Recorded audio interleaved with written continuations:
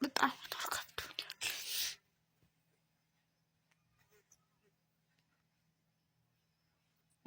እንደምታውቁት አግኝቶ ማጣት በጣም ከባድ ነው።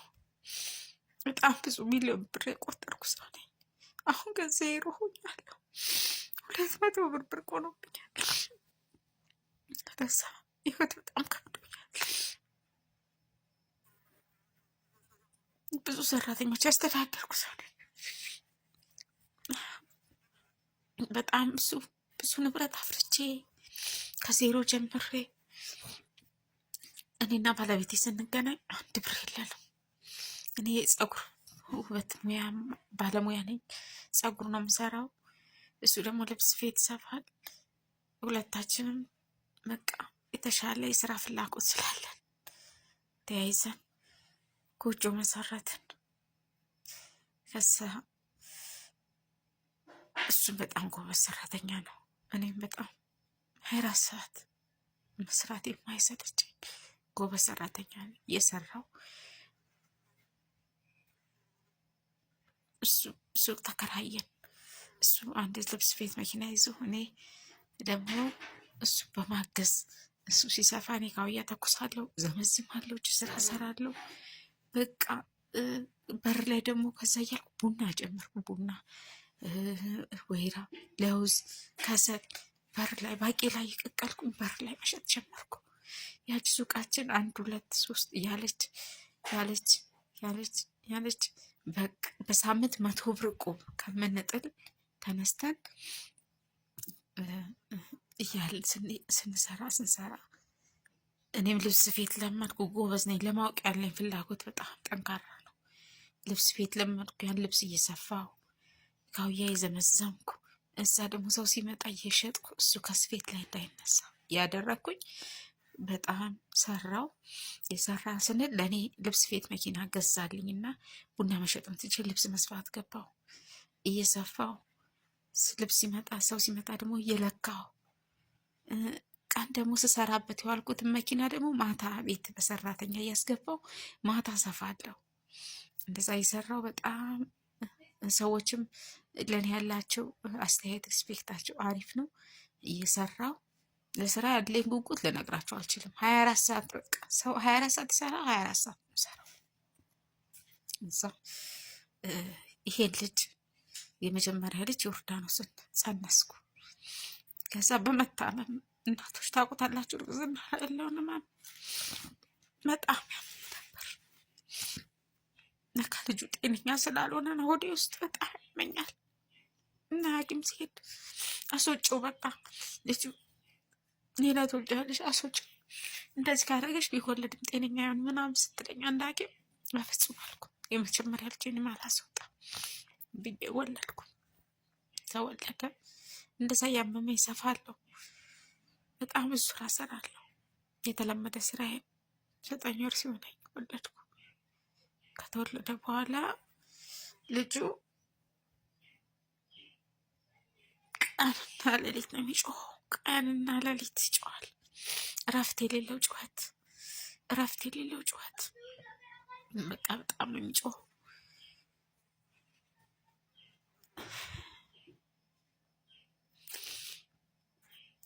ጮኋላ 24 ሰዓት።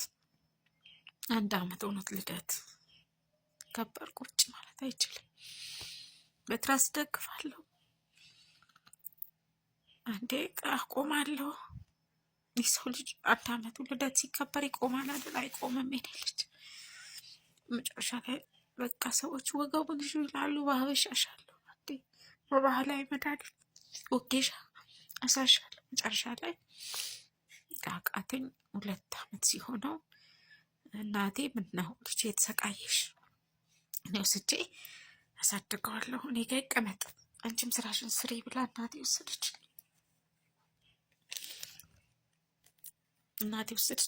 እናቴ ራሱ መተዳደሪያ የላቸውም። አባቴ ወታደር ነው እና በጡረታ ነበር የሚተዳደሩት።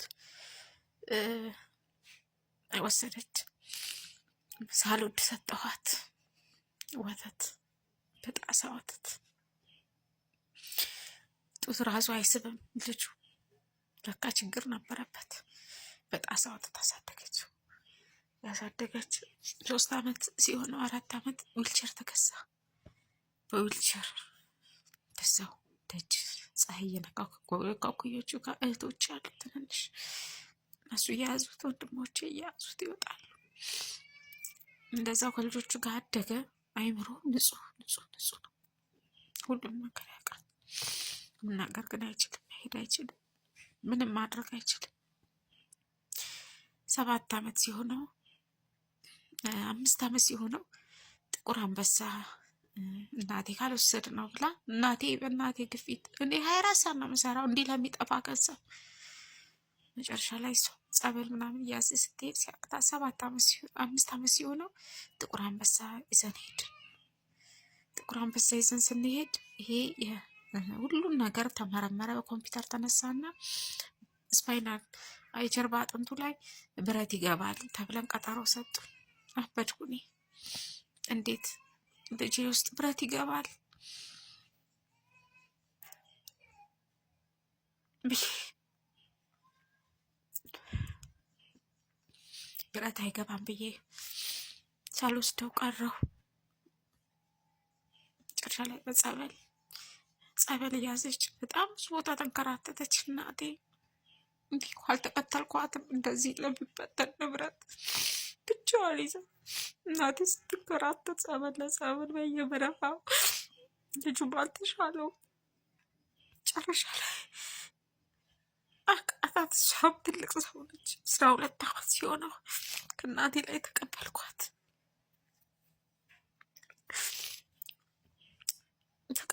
አመጣሁ። እኔም የግል ስራዬን እየሰራሁ ቤት አጋዥ ሰራተኛ አድርጌ ጠዋት ልጄን አምልቼ አጠጥቼ የፈልገውን ነገር አድርጌ ወደ ሱቅ ሄዳለሁ። ግን የሚገርማችሁ ሰገራ ሲመጣበት እኔ ካልመጣ አይመችም፣ ለማጽዳዳት ፍጹም አይመችም። ሰገራውን አጸዳድቼ ሄዳለሁ።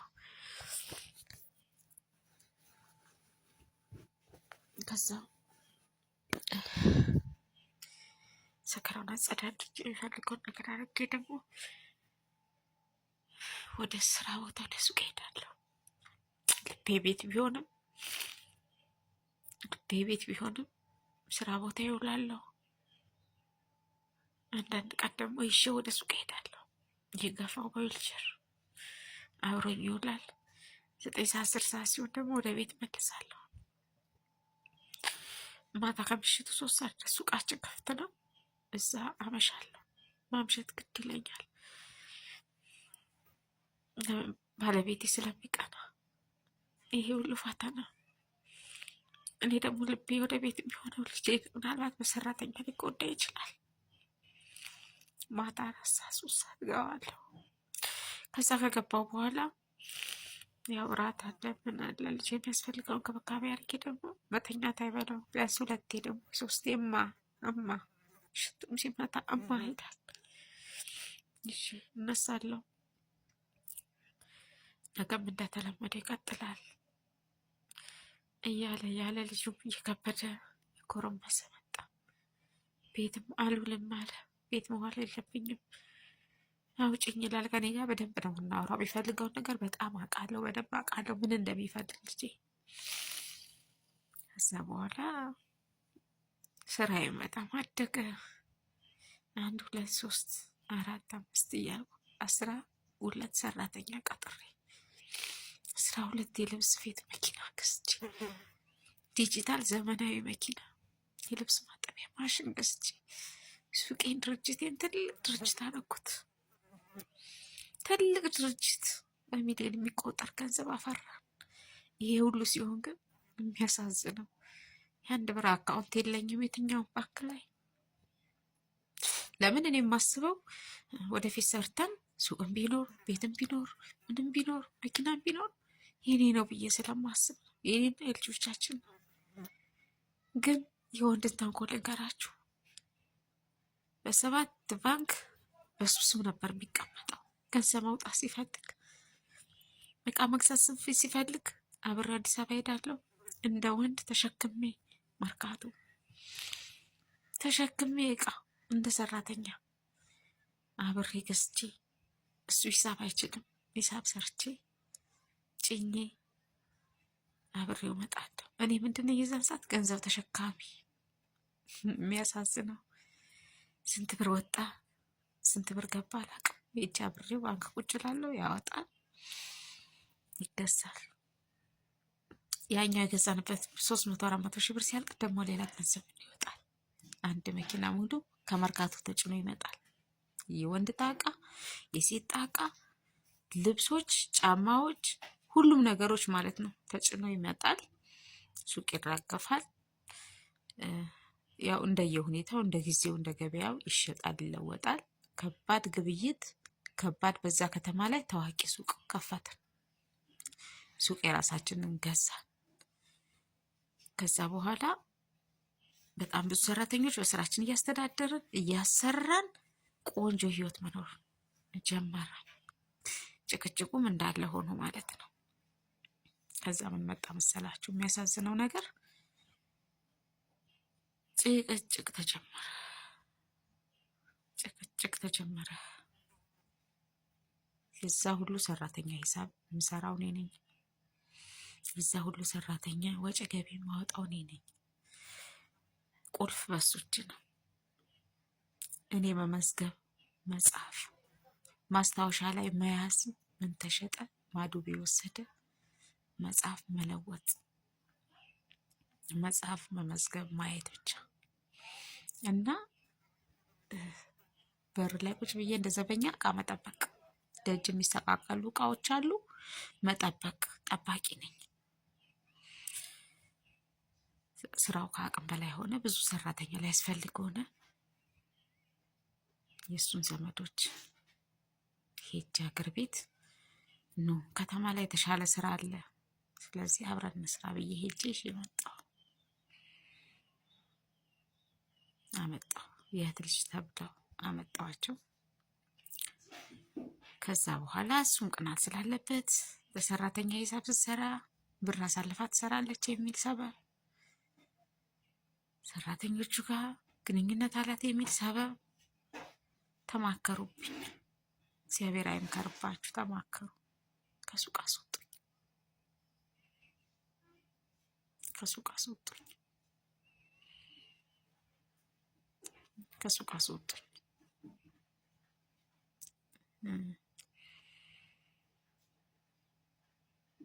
ሂሳብ ቦታ እነሱ ተቀመጡ። አንቺ ልጁን ተንከባከቢ፣ ወደፊት ትንሽ ደግሞ ቆይቼ የሱቅ በሙያሽ ፀጉር ቤት ትሰሪያለሽ፣ ተከራይቼልሽ ፀጉር ቤት ትሰሪያለሽ በሚል ቤት አዋሉኝ። ለቀኩ ሱቄ። ሂሳብ በእነሱ እጅ ገባ። ተቆጣጣሪ እነሱ ሆኑ። ፈላጭ ቆራጭ፣ የሱቁ አስተዳዳሪ። የቤት ሰራተኛዋን ሸኝተው እኔ ቤት ዋልኩ። የቤት ሰራተኛ ሆንኩ። ይሄ የብዙ ሴቶች የብዙ ኢትዮጵያውያኖች ታሪክ ነው። የኔ ብቻ አይደለም። ያልተነገረ እውነት አለ ሴቶች ጋር የተደበቀ እውነት። ሳይደላን የደላን መስለን ለቤተሰብ የምንታየው ነገር ያሳዝናል። ያሳዝናል በጣም። ሳይመችን የውሸት ሴቶች ሳይመቻቸው የውሸት ኑሮ ማሳየት ለቤተሰብ፣ መጨረሻ ላይ ጉድ እውነት ሆነ፣ ወጣ ጉድ።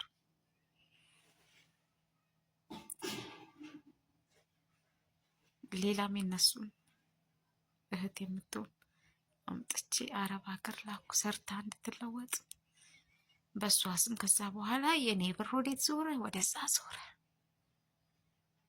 ወደዛ ዞረ። ምን አለፋችሁ ሙልጭ መደረግ ተጀመረ። ሱቄ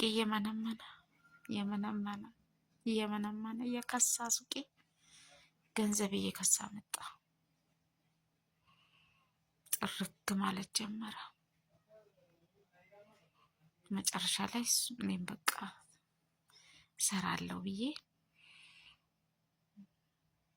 ከሰው ላይ እቃ ተከራይቼ ፀጉር ቤት እቃ በእልክ ነገ ዛሬ ሲለኝ ስላስቸግረኝ ጀመርኩ የፀጉር ስራ። አልሆነልኝም። እየሰራው እያለ ልጁ ካካ ብሏል ተብዬ ወደ ቤት ጠራለሁ። ስራውን ትቼ መምጣት ፀጉር ቤት መዘጋት ጀመረ። እኔም አቃተኝ። ቤት ዋልኩ። ከዛ በኋላ ሱቅ እየዋለ እየመጣ ጭቅጭቅ ሆነ። ወጣሽ ገባሽ ጭቅጭቅ ሆነ። ይሄ የት ሄደ ጭቅጭቅ ሆነ። ወጪ ከነሱ ላይ የለመንኩ መውሰድ ጀመርኩ።